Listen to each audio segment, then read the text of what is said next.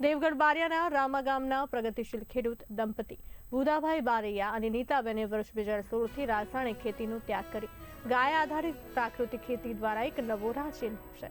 રાજ્યપાલ આચાર્ય દેવવ્રતજી પાસેથી પ્રેરણા અને તાલીમ મેળવી તેમણે પોતાની પથરાળ જમીનને નંદનવનમાં ફેરવી દીધી છે।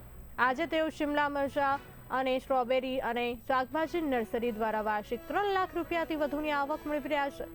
સરકારના આત્મા પ્રોજેક્ટ અને બાગાયત વિભાગ દ્વારા મળેલી આશરે 2.41 લાખ રૂપિયાની સહાયથી તેમનો ખેતી ખર્ચ ઘટ્યો છે અને જમીનની ફળદ્રુપતા વધી ગઈ છે। ઝેરમુક્ત શુદ્ધ આહાર પકવતું આ દંપતી આજે અન્ય ખેડૂતો માટે સાચા અર્થમાં પ્રેરણા સ્ત્રોત બન્યું છે।